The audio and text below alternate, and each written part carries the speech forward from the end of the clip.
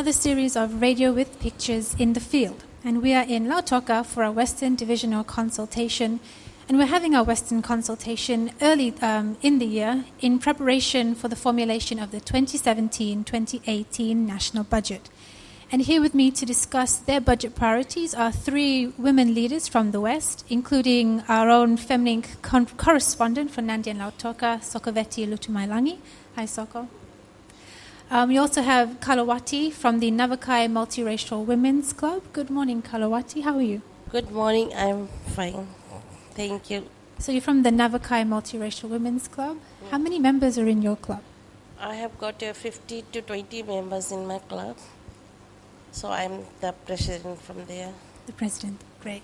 And also we have Timaima Ralolokula from the Veilomani Women's Club in Malamala. And Timaima, you have 20 members in your club, is that right? Yes, we do. And how many people in your community? There's 47 households in our community with a population of 150 to 165. Okay, thank you. So, Soko, I'd like to come over to you. Earlier this morning, for the women from Nadi, we were talking about what is our development priority for the district of Nadi, and one of the things was infrastructure. So tell me a little bit more about the discussion of that. What were the issues around infrastructure that the women were raising? Thank you, Alisia.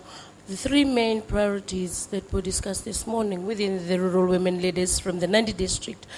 One was the dredging of the Nadi River that's been causing a lot of problems, especially to the 8 villages that are living along the Nadi River, where we have frequent flooding. And the second one is the dumping of the sewer line into the Nadi River, whereby the villagers are not able to go to the river to get their source of livelihood. And most of them have been getting sick also since the river's been polluted and they couldn't get the food from the river. And the third priority was the road conditions, the poor road conditions in the rural areas in Nadi. Thank you, Soko. So, Wati from the Navakai Multiracial Women's Club. You were talking to me a little bit earlier before we started recording. Your issue was around sewerage and natural resource management. Tell me a little bit more about that. Are you also having been affected by the pollution from? Thank you very much. This is a very good question from our community. That we have the sewage line problem. It's a Navakai big depot over there. Big sewage line over there. That always that waste go and drain in the Nadi River. So that water is really polluted. The other one is in our Navakai settlement, there is a big tank over there. Sometimes it overflows. And most of the dirt comes out from there and it flows on the road. So plenty of people facing a lot of problem there. So I want this one to be keyword. So when you say tank, what is in the tank? They make the tank and all the waste go inside there. And sometimes when it's overflooded, and that waste explode up. So it comes in our settlement and on the road also. So in part of that, the region roads going that way, it's 4-lane traffic over there. So it's very high from our community. When it's flooded, the water all goes in our community. So we are under flood that time. And how long has this been affecting your community? This is affecting up to more than 20 years. More than 20 years? Yeah. So it's an urgent. So we have raised all our issues, but we never succeed anything from that. I'd like to come to you, Timaima, and your issue of you've been affected by bad road conditions in Malamala. But when it comes to bad road conditions, what does that mean for rural women leaders like yourself to try and use transportation? What does that mean? Thank you, Alisia. Since Malamala is 15 kilometers away from Nadi town, poor road conditions leads to drivers to charge high rates for their transportation. And since we are just farmers, we don't have enough money. and they have to charge us about $25 one way to take our products from the settlement to the markets to sell our products. So that's one of the issues that we know that we've came across since there's been poor road conditions in our settlement, and not only in our settlement, also for those who are living right up inside. We are just staying 15 kilometers, but there are other settlements that are staying inside, and they are the ones who are facing the same problem. And so as it well. would take them even longer. How long would it take them, do you know? Some, those who are staying inside, they used to pay $30. Since we are paying $25, they paid $30. Some they are charging $70 return for one way and coming back. Thank you, Timaima. For you, Soka, listening to what Timaima and Kalawati are raising, Kalawati, you are saying that you've been raising, or people in your community have been raising this issue for over 20 years, but it's still not being addressed. And we're here as rural women leaders to really try and make this change in local development.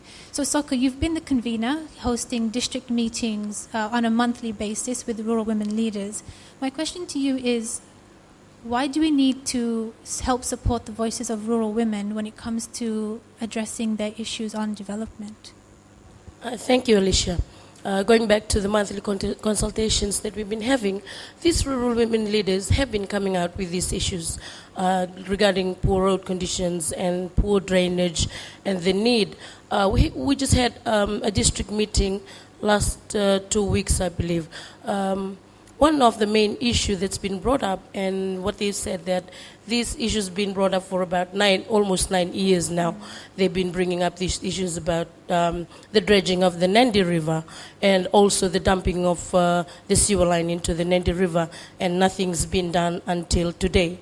So what I believe is what these women are bringing out, or the issues that are coming into these communities, they are very important issues that need to be dealt with urgently, because there is a great need for these women, or for the communities, to live in a peaceful environment, or say to live in a safe environment.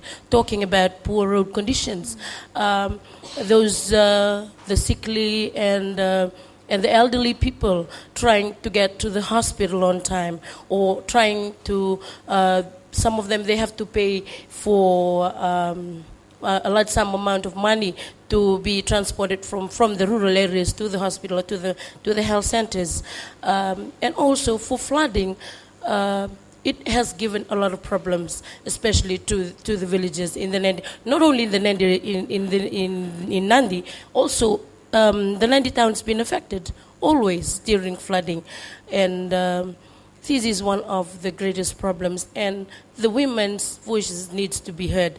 These issues need to be looked into quickly, so that to avoid problems arising from the different rural communities. I could see while Soka was talking, Timaima, you were nodding your head quite vigorously, and I know that in Malamala, you have recently received water tanks for your community. And was that because of the fact that women leaders like yourself were raising this issue constantly? Yes, Alisia, receiving water tanks is one thing that in a community we all witness that it's through us women who came up with these issues. It's been for decades since we've been crying for water, and since we are not access to clean drinking water, we've been relying on 2 creeks, and now we are happy that we've received water tanks. Also 8 households from our community, they've received taps beside their households. So one thing that we also coming up with is the poor road conditions, which is very hard, and during raining, like flooding also happens in our community, and that's the time when our children, they can go to school. Even one thing that we're really concerned about is pregnant ladies or disabilities. They can come out to town even when they are about to deliver. For the pregnant ladies, that's one of the main issues that we are facing in a community. So yes, and I think that women should come out with these small issues, because we are the one who always concerned about these small issues. So you're saying, talking about access to health services for pregnant women, you're living 15 kilometers away. Would it be more reasonable to invest in a health center in your local community? Would that be one possible solution, or what do you think is a solution for that? Only nearest health centers that we have is in Veilomani, which is about 10 kilometers from Malamala. And most of us, we are only coming to Nadi health centers. And we've made a request to the government of the day for the health center. But what they are talking about, what they told us is we'll need to get more data and around, not only in Malamala, but also in Nawai, Nawaidhamba already have their health center. Only Malamala, Udhiwai, and Nawai, when they're having the good number of people coming, the data, when they're receiving the data from those areas, then they'll be able to build one health center for us. That's interesting. Access to information and data. Sokoveti, I'd like to come across to you because you're part of the femLINK network, and we have district convenings across 14 districts in Fiji, and we're collecting this information from rural women leaders about the number of people they have in their communities, and yet government is saying that they need the information, that they don't have the information. Is it about supporting women's organizations at the local level, government to be better supporting women's local organizations to help them with gathering information and this data? Yes, I believe that's the main concern, getting information, especially for the women in the rural areas. I believe the only information they can get through is through phones, and sometimes you can't even charge a phone when you are right in the remote area. So that's the main concern. If the government could support these women, especially the rural women in the rural areas, so that they can get quick and better quick and better information regarding anything that's coming up. So supporting more women, from government to support more women's organizations. To support more, women's organizations. For you, Kalawati, for the Navakai Multiracial Women's Club, you've been trying to get your issue of addressing, pollution and polluting of natural resources. Would this be something that you want to see government collaborate more in your local community, to come to you? Yes, Alisa, I want this one to elaborate more upon my drainage also. It is a drain all covered with the grasses. I have lost so many complaints to my advisory and also to the district officer, but nothing has been done yet. Whenever it floods, the grass is covered with the drain and it easily flood, and all of them suffer the problem over there because the flood goes into the house, and health one coming also over there. Inside the community, there's a small drain also. It's covered with the grass, but we try to clean that one. And we haven't got the proper drainage also, rubbish disposal over there. That is the main issues. When we put the rubbish disposal over there, we ban it. On the bury one, we have to dump it. We to make the hole and dump it over there. So there's a lot of connected issues because of bad infrastructure affecting the communities. Okay, we have to wrap it up there, ladies. Thank you so much for joining me today. Timaima Ralolokula of the Veilomani Women's Club in Malamala, Kalawati from the Navakai Multiracial Women's Club, and Sokoveti Lutumailagi, our convener for Nadi and Lautoka.